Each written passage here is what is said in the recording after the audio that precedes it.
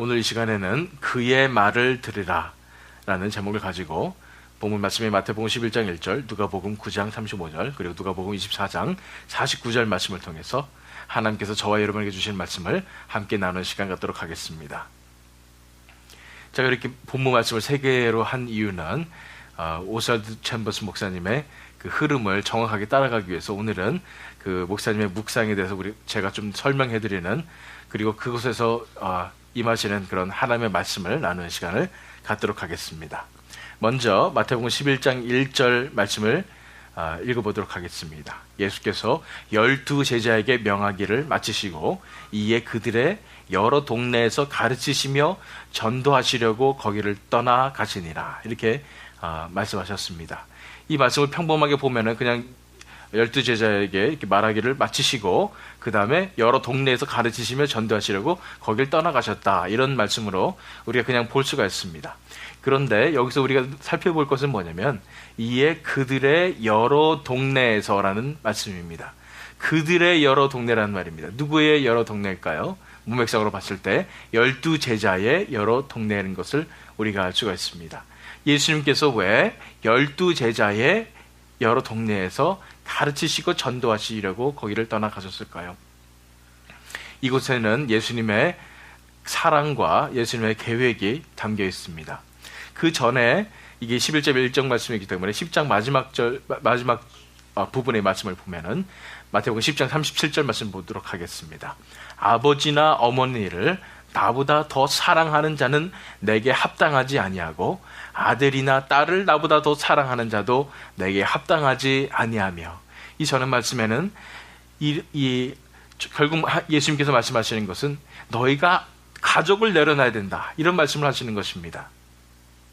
그런데 이 가족을 내려놓는다는 의미는 우리에게 우리가 우리 가족을 살피고 돌보고 우리가 그들을 위해서 기도하고 이러는 것보다 하나님께서 우리 가족을 살필 때에 훨씬 더 하나님께서 더 사랑하시고 더 잘 보살펴 주실 것이기 때문에 우리 가족을 하나님 앞에 내려놓습니다라는 고백을 우리가 할 수 있게 되는 것처럼 예수님께서는 제자들에게 이 가족을 내려놓을 것을 말씀하시는 것입니다. 아버지, 어머니, 아들, 딸, 이런 모든 가족들을 다 내려놓을 때에 내가 역사하리라는 그런 약속을 주신 것입니다. 실제로 이 제자들이 가족을 떠나서 이제 예수님을 따라갔을 때에 예수님께서는 11장 1절 말씀 다시 보시면 이에 그들의 여러 동네에서 가르치시며 전도하시려고 거기를 떠나 가시니라. 우리에게 가족을 떠나라고 말씀하시면서, 가족을 내려놓으라고 말씀하시면서 우리가 가족을 내려놨을 때에 그 자리를 예수님께서 채우시는 것입니다. 우리의 그 가족들에게 예수님께서 가르치시며 전도하시고 복음을 전하시는 것입니다. 예수님께서 말씀하시기를 내려놓아라. 그런데 그 이후에 예수님께서 우리에게도 또한 말씀하신 줄 믿습니다. 너희가 내려놓을 때 내가 채우리라 라고 말씀하시는 것입니다. 너희가 내려놓을 때 내가 너의 가족을 책임지리라. 너희가 너의 모든 물질과 모든 것을 내려놓을 때 내가 너의 삶을 채우리라. 너의 삶에 일용할 양식을 내가 너에게 베풀어 주리라. 그러므로 너는 나에게 맡기라라고 말씀하시는 것입니다. 이것이 첫 번째 예수님의 법칙이었습니다. 우리가 내려놓을 때에 우리 내려놓은 그 부분을 예수님께서 책임져 주시며 우리를 보살피시는 것, 채워주시는 것, 그것이 예수님의 법칙이었습니다. 두 번째 법칙을 보기 위해서 누가복음 9장 35절 말씀, 두 번째 본문 말씀 읽겠습니다. 구름 속에서 소리가 나서 이르되 이는 나의 아들 곧 택함을 받은 자니 너희는 그의 말을 들으라 하고, 베드로가 뭐라고 얘기를 했더니 이제 하나님께서 말씀하시는 거야. 네가 얘기하는 게 아니다. 이제는 내 아들 예수 그리스도가 있으니 너희는 잠잠히 있고 너희는 예수 그리스도의 말을 들어라, 이렇게 하나님께서 말씀하시는 것입니다. 무슨 말을 베드로가 했습니까? 이전에 33절 말씀 보도록 하겠습니다.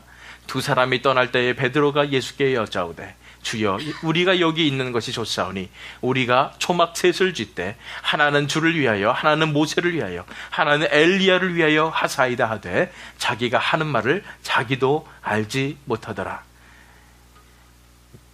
변화산상에서 예수님께서 모세와 엘리야와 이렇게 함께 얘기하는 것을 보면서 우리가 여기서 초막을 줍시다. 예수님 너무 익사했대 가지고 베드로가 예수님을 위하여 모세를 위하여 엘리야를 위하여 초막을 지읍시다. 그러면서 자기가 무슨 말 하는지도 모르겠는 것입니다. 사실상 자기가 짜낼 수 있는 최상의 지혜였다고 생각합니다. 인간이 짜낼 수 있는 그런 지혜로 이렇게 하면 되겠습니다. 이렇게 하면은 정말 하나님의 나라가 더 커지겠습니다. 이런 말을 한 것입니다. 그것에 대해서 예수님께서 말씀하셔요. 자기가 하는 말을 자기도 알지 못하더라. 우리 인간의 지혜로서 하나님의 사역을 이렇게 할 수 있다 그렇게 생각한 부분에 대해서 하나님께서 답하시는 것입니다. 너희는 그의 말을 들으라. 우리가 계획하고 우리가 말하고 우리가 가르치는 것이 아니라 예수님께서 가르치시고 그러므로 우리는 잠잠히 있어야 된다는 것입니다. 이런 부분에 있어서 특히 저같이 목회자인 사람은 이 말을 들어야 될 거라고 생각합니다. 제가 가르치는 것 아니고 제가 이끄는 것 아니고 제가 사람을 변화시키는 것 아니고 오직 하나님께서 하시는 것임을 명심을 하고 온전히 하나님 앞에 맡기는 그런 믿음이 필요하다고 생각합니다. 그렇습니다. 가르치는 것은 우리한테 가르치지 말라고 하십니다.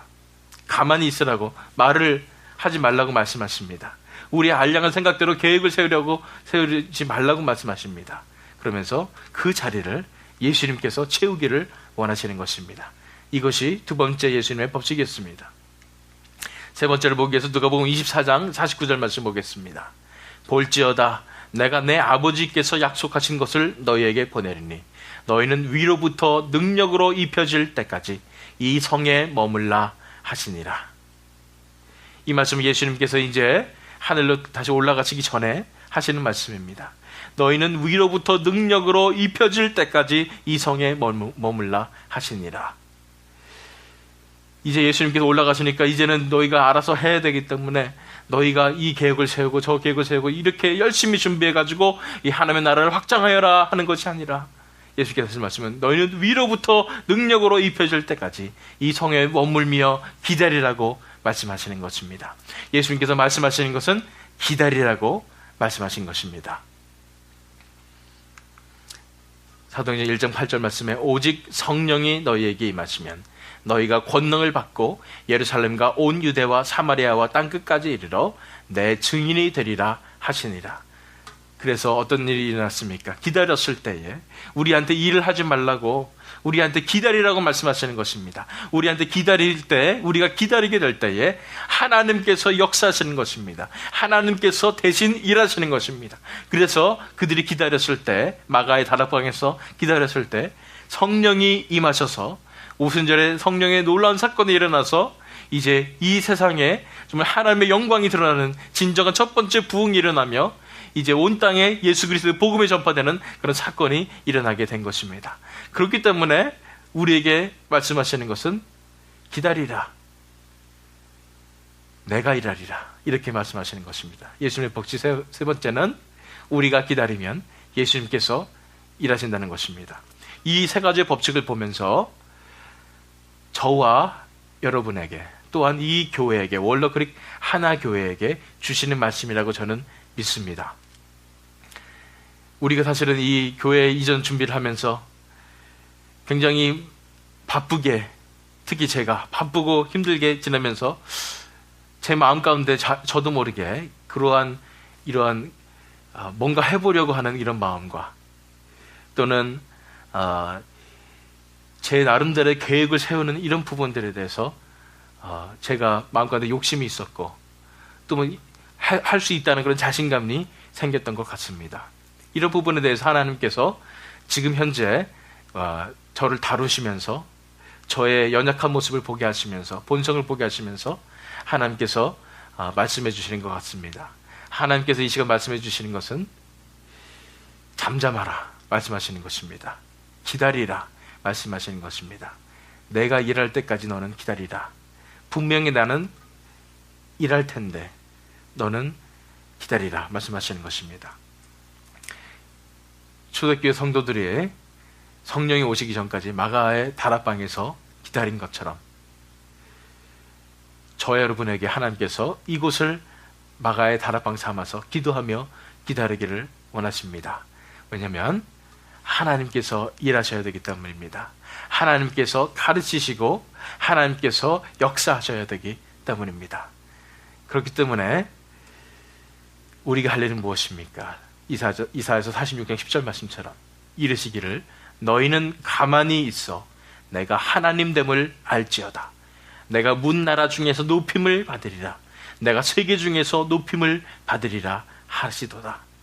지금 현재 우리에게 바라시는 일은 바로 이거라고 저는 믿습니다. 너희는 가만히 있어 내가 하나님됨을 알지어다. 이 가만히 있는 것은 그냥 하나님한테 맡겨놓고 나는 아무 생각 없이 그냥 지내란 말이 아닙니다. 기다리란 말입니다. 하나님을 정말로 하나님의 뜻이 이루어지기를 기다리면서 간절히 기도하면서 그러나 하나님 앞에 전적으로 맡기면서 하나님의 역사가 일어나기 원합니다. 하나님의 말씀이 선포되기 원합니다. 하나님께서 하시길 원합니다. 하나님께서 책임져 주시고 보살펴 주시는 역사가 일어나기 원합니다. 그러나 내가 하지 않겠습니다. 하나님의 역사만을 구합니다라는 그 자세로 우리가 간절히 마가의 기도방같이 기도하는 길을 원하시는 것입니다. 우리가 이렇게 가만히 있을 때에 하나님께서 우리가 하나님됨을 알 수 있을 정도로 하나님의 놀라운 영광으로 이곳에 채워주실 줄 믿습니다. 지금은 우리가 기다릴 때입니다. 지금은 제가 기다릴 때입니다. 이 시간을 빌어서 정말 하나님 앞에 우리가 회개했으면 좋겠습니다. 특히 제가 회개합니다. 정말 우리가 익사이 때 있고 뭔가 이 속에서 역사가 일어날 것 줄 알고 우리 스스로의 계획을 세우고 우리가 뭔가 하려고 했던 이 모든 부분들을 내려놓습니다. 이제는 우리가 가만히 있겠습니다.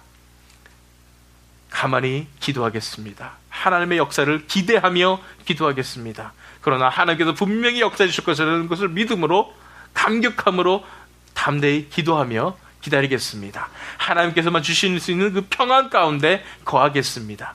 이 시간 하나님 앞에 우리가 우리 자신을 내려놓고 함께 기도하는 시간 갖도록 하겠습니다. 기도하시겠습니다.